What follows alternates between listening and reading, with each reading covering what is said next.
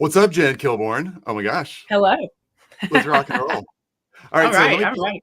I'm ready too. Okay. Here's what we're talking about today, everybody. So this is something that I have no freaking clue how to do. So for those of you who hang out in Group Coach Nation much, you've probably realized we don't really help people figure out how to scale and grow and be profitable on issues like spirituality, heartfelt things, woo topics, if you want to put it that way. People who are like had this big epiphany and have been hyper successful, but it was something that was more spiritually oriented that gave them a vision for where they're going, or they don't know how to teach that process, or they're like, hey, I teach a soft skill like meditation, heartfelt stuff, something that's more like spirituality based, and I don't know how to do that. Bottom line is, yours truly sucks at that. So I met Jen recently and she's like, this is what I do. And I'm like, oh my gosh, you're the other side of the story. Like, will you please come and help our community? So if that's you, please reach out to Jen. Okay. That being said, Jen, you just told me before we jumped on here that you were like, oh boy, re-entering the podcast stage thing why'd you take a break? You're so good on shows. Yeah.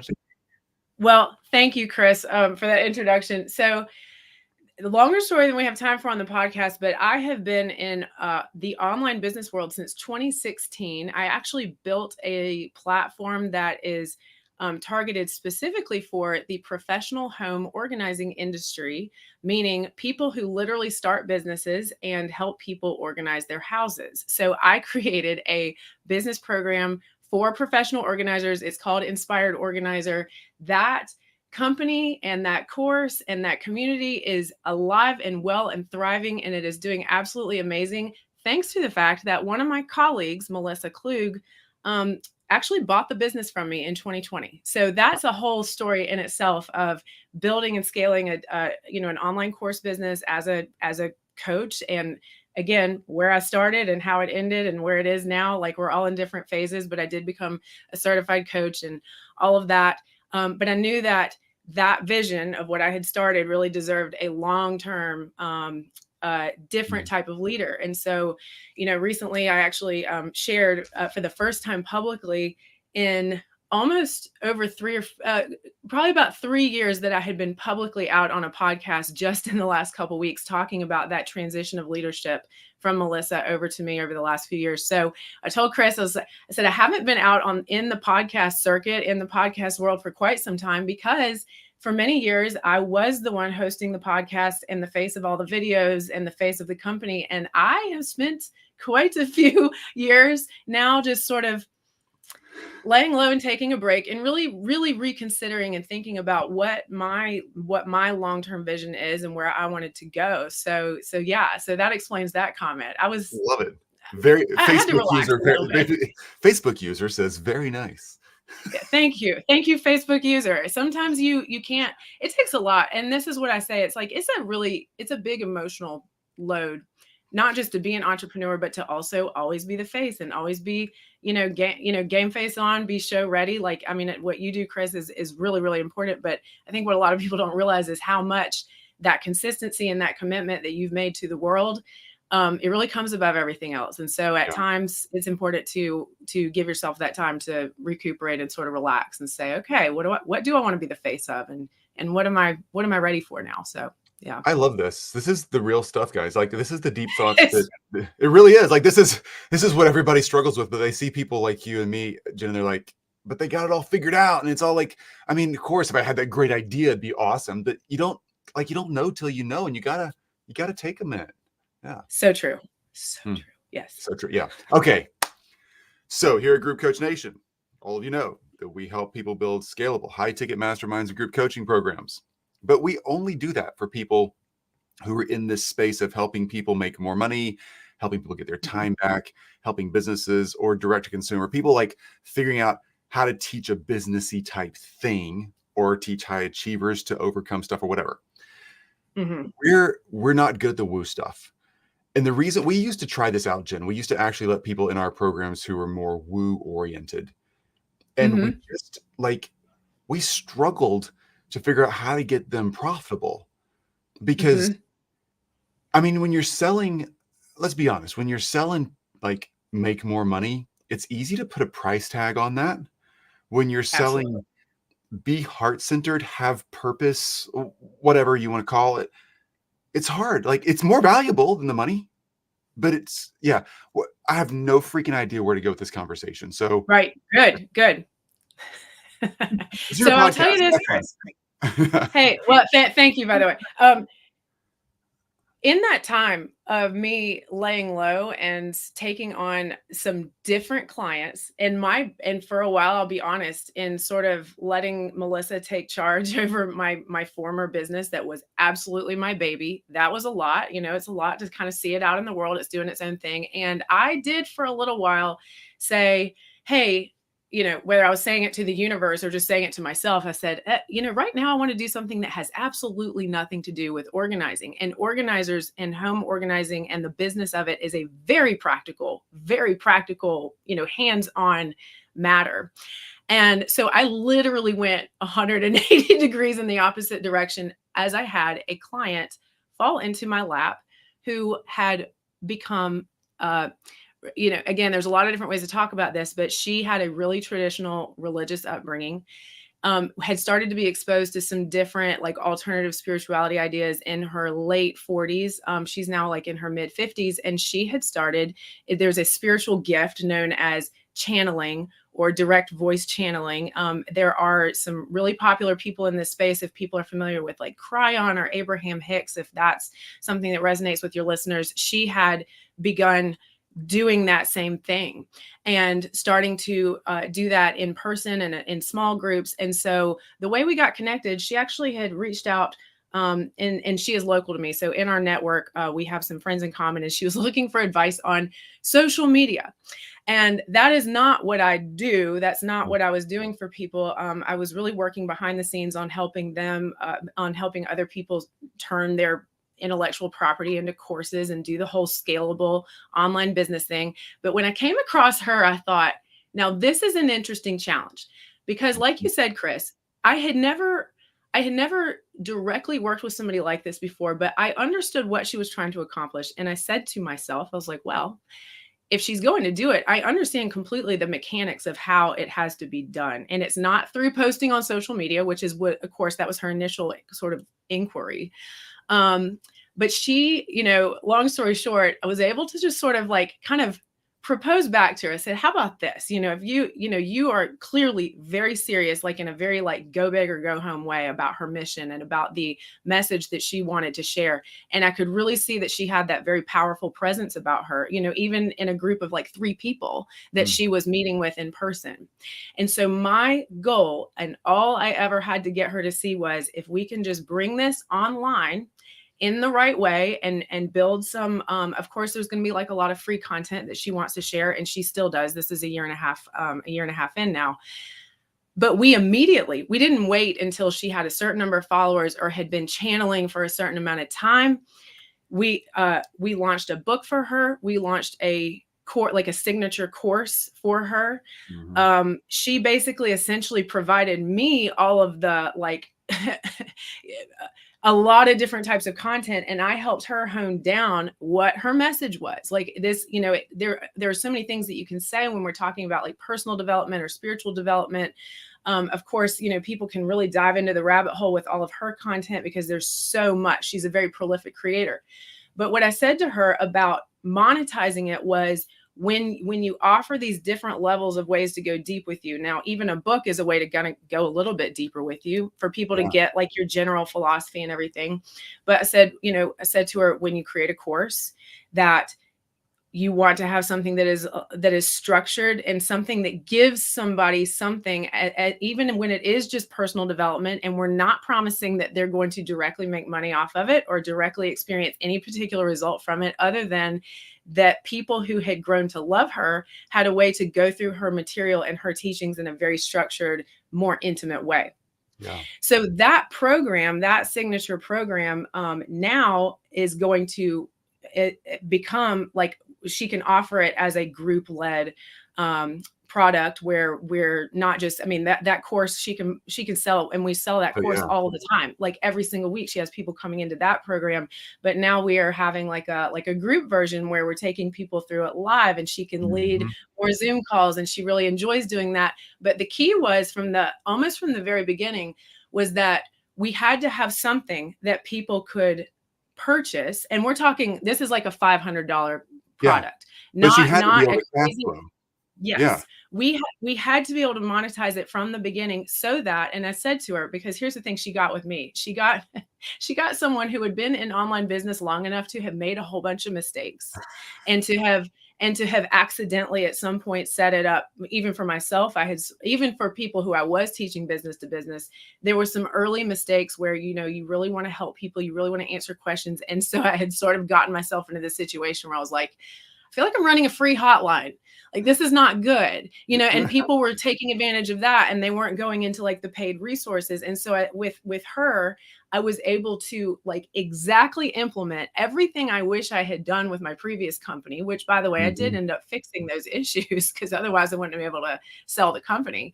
But I was able to apply that with her. And here's the thing is that people in her industry over the last year and a half, they're like, whoa, where did you come from?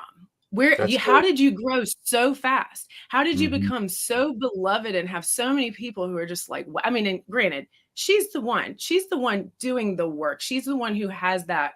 She's got the She's got life the creative. experience. She has Yeah. the presence. She has all of these ideas. But I realized, and it did take me a little while, Chris, because there was a part of me for a while that was just like, oh, I'm just helping.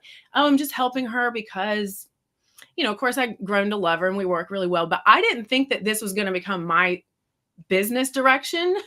So I was Ah, like, I need to get back to like business coaching. And I had assumed that that's what I would do after I sold my company. But yeah. once I became acquainted with her industry and realized, first of all, how rare it is for people in the spiritual space, even the podcast, even the biggest podcasts that there are a little bit, they're led by very intuitive podcast hosts, like people who want to just talk about spirituality. They don't necessarily keep a regular calendar. They don't necessarily respond to emails. Mhm. They're a little bit flaky. And so Yeah. I was like, man, the few people in this space who take it seriously have huge followings. The podcasts are really, really popular. There is a huge demand for this type of like alternative spirituality content. Yep. And I But could few people see make money from the doing it, very which beginning. yeah. Yeah. Yeah, I could see from the very beginning that her intention was positive. And so it wasn't so much about me diving in where I needed to agree with every single thing she said, but I did understand how to communicate her core messages and the pillars of what she teaches to the people in her audience. And that is the answer to when people say, how did you get so big so fast? And her first year of revenue was almost down to the exact same amount as my first year of revenue in my previous business. And I was doing B2B coaching. Wow. Wow. So when you think about that and you look at that, I really had a huge kind of, again, come to Mhm. Jesus moment, excuse the pun.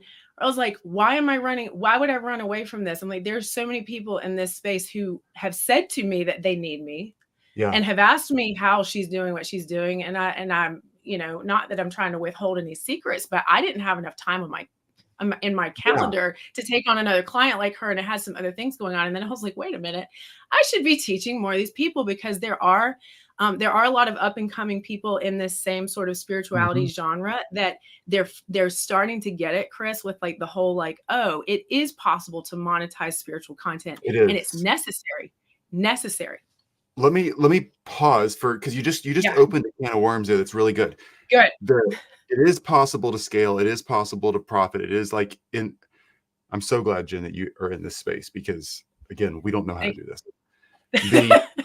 Thank you. The thing you just said though is that you realized people were asking you how. People in Mhm. a certain genre, a client base, a market, if you will, were asking you how to do this. That's Yes. that's really key. So, Jen, as you know, a lot of people listen to our show just purely to hear. We only interview people who have scalable group coaching programs. So they want to hear like, okay, here's what you're doing and it works. At Mhm. what point did you realize, oh, like this is a thing and I'm going to charge the next person who asks me about it? Like, What made that light bulb go off versus, yeah, I'll jump on a quick Zoom call, or we'll just jump over to Starbucks and talk about it. Like, when did, because that happened to me Yeah. eventually. I was like, okay, no more free Yeah. Starbucks. I can actually sell this, right? Yeah. Well, that is a good question. And maybe because I have had, so something else that I was doing during my, I wanted to be behind the scenes for a while. As I mentioned, I was like, I don't want to be the person in front. I had also been doing sales for high ticket programs for other companies. And so I had seen a little bit more in depth, like the true behind the scenes nature and process of how the high ticket programs worked. And that it became a little bit more ingrained in me that it's that full sort of all-inclusive experience, that big hug that you get like when you join like a higher ticket program. Like, yes, it's a higher investment, but you get so much more out of it. And so maybe, Chris, like by the time people were asking me about this client, and I had had enough business experience where I knew not to just, like let people pick my brain all day long. But it really did almost come together, just sort of like the puzzle pieces were so obvious that I thought, why there's definitely not a group program for somebody like her, and we'll get to this in a few minutes. I know it's not just people like her, it's other like more visionary entrepreneurs that are so they really do receive ideas, and they receive direction very easily, and they have that confidence about their intuition. They don't have the confidence about how to teach that to other people and even come to you and have a group program. Yep. So and I knew that this didn't exist. And another reason I'll tell you, and she knows this, so it's no secret. I had actually looked for a bigger agency to take her on as a client because she was growing so quickly, because it was just me and her. It was just me and her. And I don't run with like I hadn't been running with like a team. I really just dove in and treated her business like it was my business. And I was doing a lot, like all of the behind the scenes technical stuff, and writing sales pages and doing the course content and updating all of those things. I had looked for an agency that would take somebody like her, and I knew that didn't exist, because I was actively like, how am I going to handle this client? Find a solution. So Yeah. it was not only me realizing that people in this space needed really good business coaching, but I said to myself, finally, this doesn't exist because you're the one who's supposed to be creating an agency that she deserves. I love this. Love this. Okay, everybody, if you are struggling, oh, this is so good. Like you did it. If you're struggling with, for all you awesome people out there, if you're struggling with figuring out, do I scale the offer I have? Is it the right one? I've got 3 things I do, and agencies and one-on-one consulting, and I tried an e-course or whatever. If you're struggling to figure out, is this the thing I build? Is this the thing I continue to build? Is this the thing I go big with? If you're already rock and roll with some big stuff, you have this idea, like, should I add this? If people are leaning in and constantly asking questions, and you see there is a need and those people can pay, then go for it. Like, a good market is really, really simple. I'm going to go over this real quick because people struggle with this. A good market has 4 things. You have to be able to find the people, meaning they hang out somewhere where you can communicate with them. They have to have a need you can fix, i.e. they're asking you questions or somebody else questions about your topic all the time. They have to be able to pay you, meaning don't work with broke people. And they have to simply be in a market that's not dying, a growing market. But most markets are growing. It's not that big a deal. Don't go sell flip phone cases for Nokias. That's not a thing much anymore, so stay away. So ultimately, though, like, this is a great example, Jen. What you did to launch your own program is such a good example. Same with your home organizing business. Same thing. You saw the need and went after it. Yep. Okay. So you help people not just starting not just in like teaching spirituality or a woo topic, but people who have, like, let's go down this rabbit hole for a minute. Sure. People who want to teach how they've done something or want to educate others on how they've done something, and they're not teaching spirituality, but how they've done something has been so connected to their mindset, their spirituality, their openness to the universe, whatever you want to call it. And they don't know how do I help somebody else figure that out? Like, you help with that too, right? Yes. So this is great. This is another really amazing example of somebody I worked with who was so incredible, so smart, built a huge company based on a vision, essentially, that he had received at a certain time of his life, and had really put himself in the place to receive that. Of course, like, had immersed himself in a lot of business education, a lot of real world experience. It's not like he was meditating on a mountain to receive that. But when that idea really hit him, that experience for him was very much not only a direct intuition, but also the knowing of like what to do about it, knowing that that was the right idea versus the other 100 ideas. I mean, entrepreneurs are known for having lots of ideas, lots and lots of ideas. And so having the ability to recognize when it is the world changing, and having that mission that you're willing to get behind, that is not a small thing. And he had really been sort of like leaving that part out of his story for a long time. And so that was a struggle. And then the other struggle there was, because he had had so much success in business by following intuition, when it came to actually wanting to have some offers for people, like, that had gotten to know his story, I said, hey, people are going to want to be in a group program with you. They're going to want to learn your business process, like your thing. And he's like, I didn't even finish college. I didn't even go to business school. And there's a lot of entrepreneurs who have a big hang up about that, because they're afraid that they don't have the real world credibility to teach how they became, but their success is legit. And so that's another bridge that I help people cross, where I say, hey, by the way, people go to business school to study people like you who didn't go to business school. Like, this is an important thing. And so that so for him, part of that problem that I was helping solve was, you've been so generous by giving back and helping people and sharing your story. But at a certain point, if you're not offering a paid program, or even, again, writing a book, I know that sounds so simple to say that. It's very hard for people to like really hone in and say, how do I tell my story? But that's another thing I've been able to sort of help people see, like, this is your genius and you can charge for it. And just because you didn't go to school to learn to do what you did doesn't mean that you can't charge for it. But you are really literally going to change lives by stepping up and making that offer. Yeah. So that's another part, is that they don't have to directly be a spiritual teacher, but they might have that little bit of a hang up where they'll say, I can't really say how I knew, other than that it came to me from my relationship.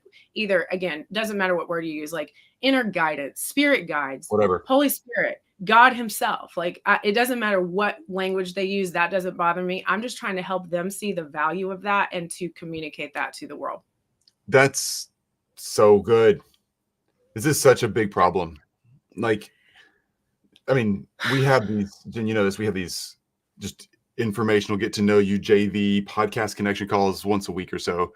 And this comes up. So that's how we met. This comes up like so frequently, like this. Okay. All right. Hey, okay. Here's her website.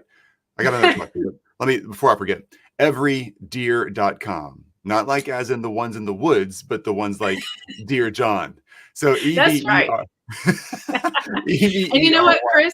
Yeah, it's every dear, like Dear Chris, Dear Jen. And you know why? It's because the reason this alludes to the people that are on your email list, that they are actually all people, and not just like, when you have like the little auto responder thing that'll say, like, auto populates your name, and and people are really touched by that. There's sometimes they assume that it's like a personal email, even though it came from like your email marketing system.